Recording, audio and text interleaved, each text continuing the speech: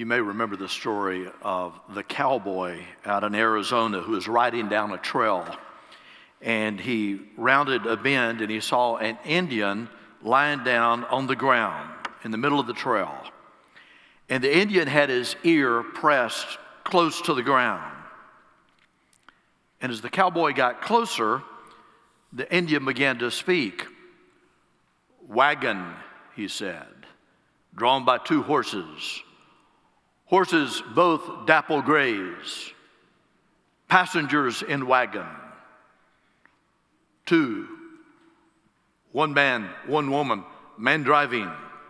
The cowboy was just amazed. He couldn't believe it. I mean, he said, "That's incredible.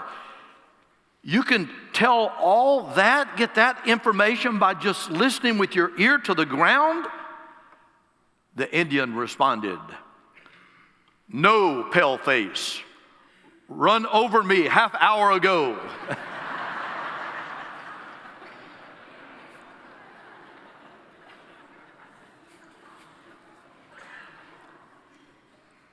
Life can do that to you, can't it?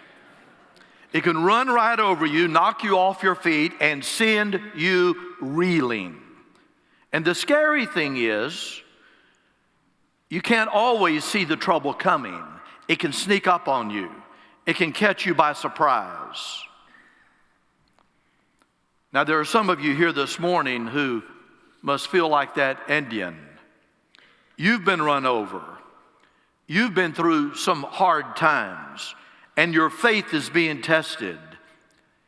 So much so that you begin to wonder, does God really care about me? If that describes you today, then you've come to church on a good Sunday. The first thing I want you to know is it's okay. It is okay to have those kinds of feelings. Indeed, it is natural. All of us have those kinds of feelings from time to time. And the beautiful truth is, we don't have to hide these feelings from God. Indeed, the Bible is full of examples of great men and women of God who struggled with their faith, who went through some tough times, hard times, and wondered where God was and why God would allow this to happen to them. I think, for instance, of Job from the Old Testament. If my misery could be weighed and my troubles be put on the scales, they would outweigh all the sands of the sea. Wow. Job complained to his friends vigorously. He accused God of, in fact, causing his troubles. He accused God of allowing these heartaches. He said to his friends, "I was living quietly until God shattered me. God took me by the neck and broke me in pieces, and then he set me up as his target. And now his archers surround me. His arrows pierce me without mercy." I dare say that all of us at times have felt like that, abandoned by God, as though God is shooting arrows at us, as though we are victims of some heavenly target practice game. And we wonder, does God really care about me? Let me say again, it is okay to have those kinds of feelings. All of us have them from time to time. And the beautiful thing is, we do not have to hide those feelings from God. I think of David from the Old Testament, King David. The Bible calls him a man after God's own heart.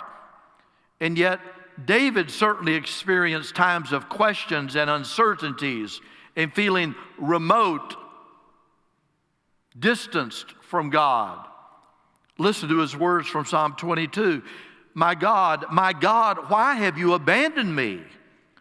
Why are you so far away when I groan for help?" Every day I call to you, my God, but you do not answer. Every night I lift my voice, but I find no relief. Do you ever feel like that? Abandoned, forgotten by God? If that's where you are coming from this morning, then this sermon is especially for you. I have a word of truth for you today which comes straight out of the Bible, and it is this: you are precious in God's sight.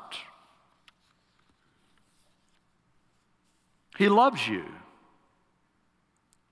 He cares about you. He wants the very best for your life. You are precious in God's sight. Let me share a story with you. Some time ago, a young father and his daughter were on a cruise together. It was a getaway cruise because, you see, the father, his wife, had died of cancer, long, grueling goodbye. The little girl was with him, so hard on her. So they were trying to do something special, the two of them, in order to just get through their sorrows. And so there they were on the cruise. And one afternoon, late on the deck, the little girl asked her father a question, one of those hard kind. One of those gulp, how do I answer that kind of question? She said, "Daddy, does God love us as much as Mommy did?" Well, the father thought for a moment. And he knew that it was a heavy question, and he knew he should not dodge it, try to sidestep it. So after a long pause, he answered her this way. He pointed out across to the water, to the horizon. He said, "Honey, God's love reaches farther than you or I can even see in that direction." And then they turned and pointed to the other side of the ship. He said, "Look out there to that horizon. God's love is farther, that goes further even than that." Then he looked up at the sky and he says, once more, he says, "And God's love is higher than the sky." And of course, now he looked down to the ocean. He says, "Hon, God's love for us is deeper even than this ocean." And with that, the little girl said the dearest thing. She said, oh, just think, Daddy, we're right here in the middle of it all."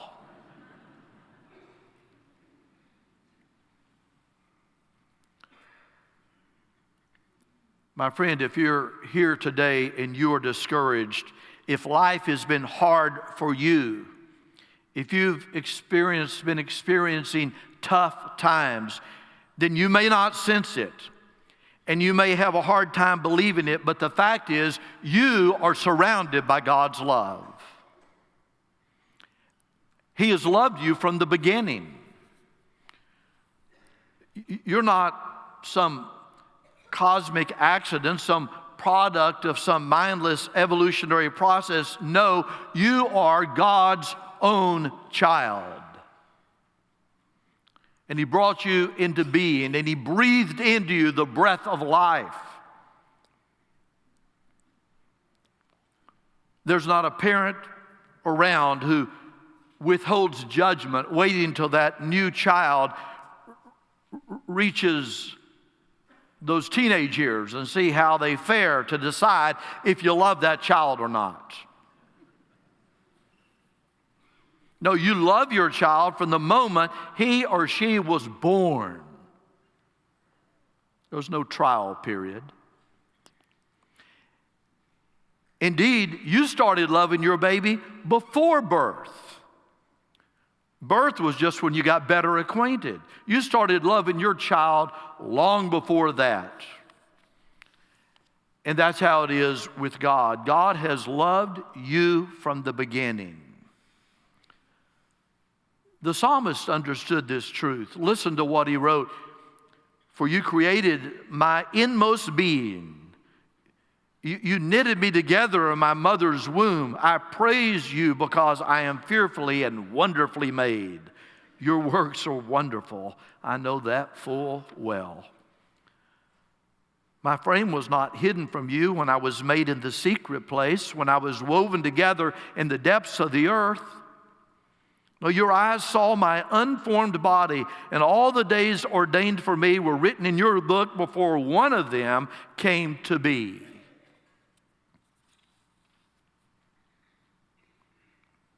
My friend, you are precious in God's sight. He created you. You are His own dear child, and He has loved you from the beginning. Now, there's a second great truth from the Bible, that if we can just get our arms around it, if we can just grasp it and believe it and hold on to it, it will make all the difference. And it's this: God will love you to the end. There is no point in your life when God will ever stop loving you. There's nothing that you can do, there's nothing that you can say, nothing that you can think that will ever put you outside of God's grace. God knows you, and He cares about you and your well-being. And we read in 1 Peter chapter 5, cast all your cares on Him because what? Because He cares for you. God knows your hurts. He knows your fears. He knows your anxiety. He knows your depression. He knows your struggles to do what is right. And He wants you to cast your cares, all of them, on Him because He cares for you. God is with you. He is not far off and distant. He is not unconcerned and indifferent to your troubles. He cares about you, and He is committed to you. Many centuries ago, hundreds of years before the coming of Christ, the people of Israel felt that they had so betrayed God, that they had been so wicked and so faithless that their sins had finally put them outside the circle of God's acceptance and God's forgiveness. And they feared that their God had rejected them and forgotten them and wiped them off the slate of His memory forever. But listen to what the Lord said to them in the depth of their despair. Can a mother forget the baby at her breast and have no compassion on the child that she has born? Though she may forget, I will not forget you. See, I have engraved you on the palms of my hands. Isn't that a fantastic image? I can never forget you, Israel. Never. Look, I've even carved your name on the palms of my hands.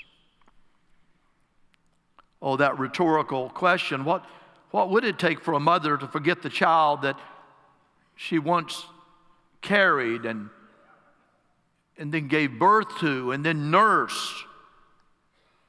Or a father, for that matter. The child that you've dreamed of and prayed for before he or she ever was born. The child that you rocked to sleep and cared for and nursed when sick. The child that has brought you more joy than any material possession or earthly accomplishment ever has. What would be required for you to walk away and just quit caring? And should that ever happen, it won't. But should you ever make such a mess of your life and do so much wrong and become such a disappointment that your mother would abandon you, God puts a foil to that. Isaiah does and says, even then you can know God never will. That Isaiah passage ends with God saying, "See, I have engraved you on the palms of my hands." And this promise has special significance to us today, knowing what we do from our perspective, knowing that spikes were driven through the hands of Jesus when he was crucified. Knowing that when the risen Christ appeared to his disciples on that first Easter, that Jesus made sure that even in that resurrected body, that they would see that the wounds were still there in his hands. And knowing that today, glorious in heaven, the scars are still there, the marks of his love and commitment, and in those wounds our names are inscribed with him forever.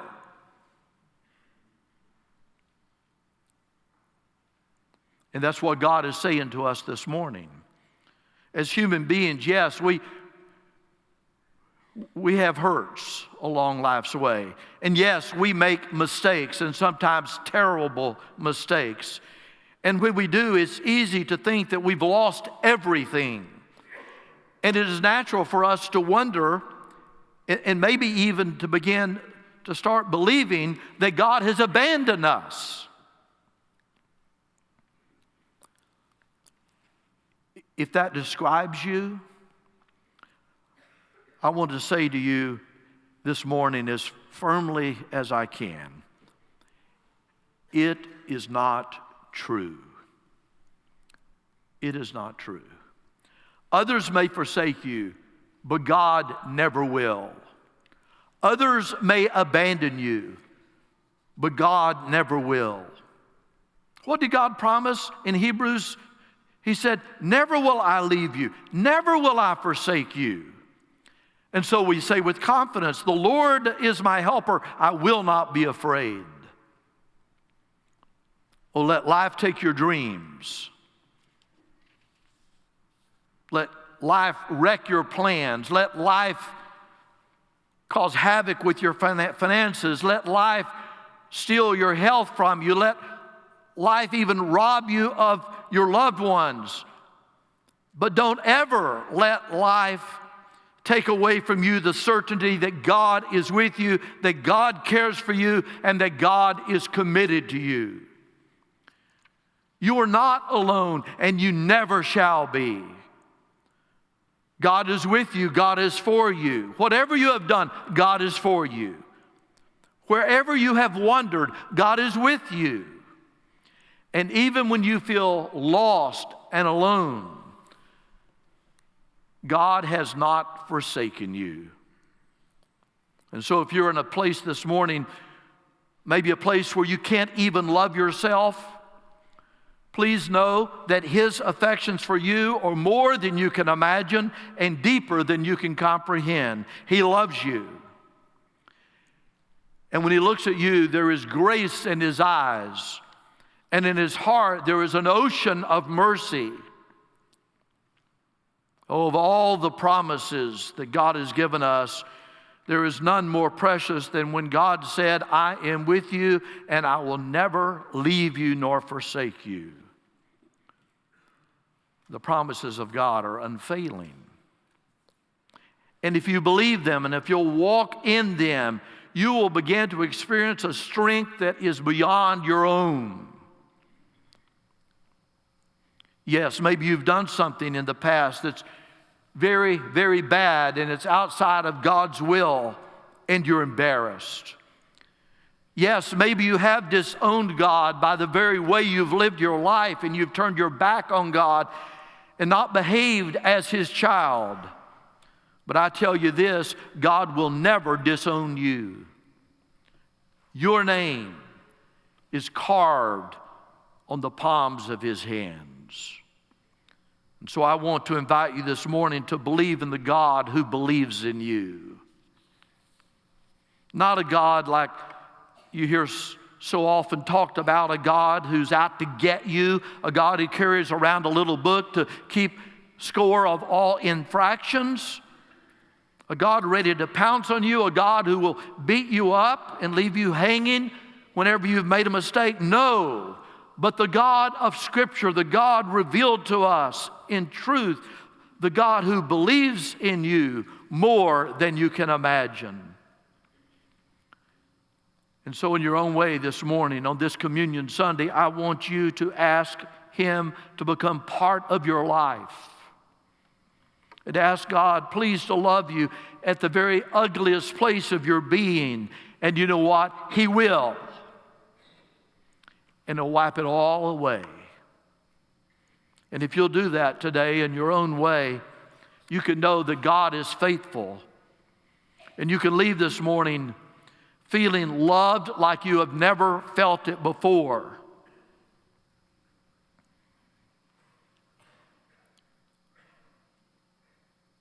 What God's saying this morning to us is simply this: I will not forget you. I will not forget you. Look, your name is carved on the palms of my hands. You are precious in my sight. Amen.